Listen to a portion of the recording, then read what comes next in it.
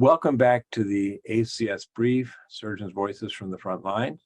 With me today is a friend and colleague from the Cleveland Clinic Foundation, Dr. Ali Aminian. Dr. Aminian is the director of the Bariatric and Metabolic Institute in the Digestive Disease and Surgery Institute at Cleveland Clinic Foundation, where he's also a professor of surgery at the Cleveland Clinic Case Western Reserve University Lerner College of Medicine. Welcome, Dr. Aminian.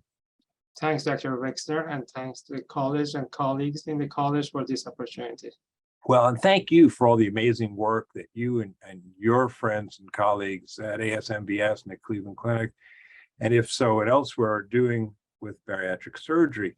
What I'd like to chat with you about in these next few minutes is a specific facet, and that is the relationship between obesity and cancer. So perhaps you could give us an overview. Sure, that's a hot topic, actually. So we knew that obesity can increase risk of some cancers. Actually, the association between obesity and at least 13 different types of cancer has been established. So for some cancer, the obesity is a strong risk factor. For the other cancer is a moderate risk factor.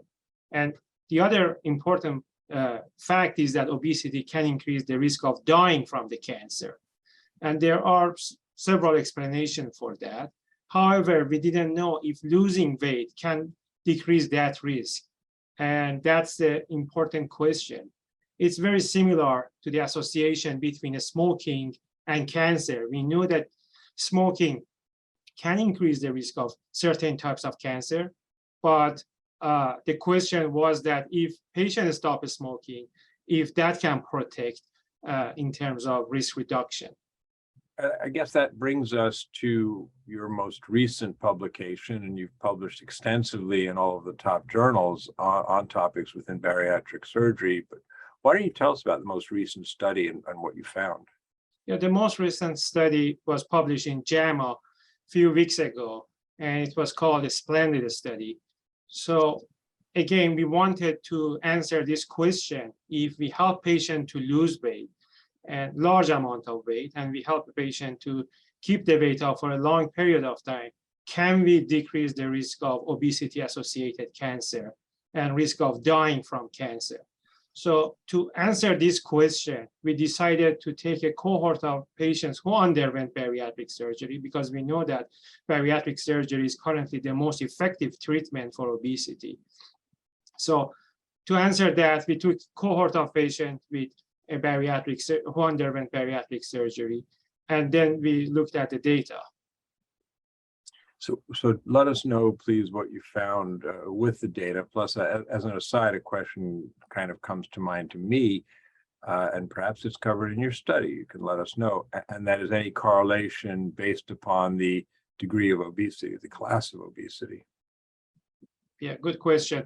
So basically, we took patients who underwent bariatric surgery at Cleveland Clinic Health System, both in Florida and Ohio hospitals, who had surgery between 2004 and 2017, around 5,000 patients who underwent gastric bypass or sleeve gastrectomy. And we carefully matched them to 25,000 patients with obesity who did not receive surgery for their disease of obesity. And we followed them until February of 2021. And we found that obviously surgical patients lost large amount of weight, and they were able to keep the weight off for a long period of time. But we found that surgery was associated with 32% lower risk of developing cancer. So basically in the surgical group, 3% of patients develop obesity-associated cancer versus 5% in the control group. More importantly, surgery was associated with near 50% lower risk of dying from the cancer. So over the course of 10 years, about 1% of patients in the surgical group died from the cancer versus around 2% in the control group. And that magnitude of effect was very large and significant.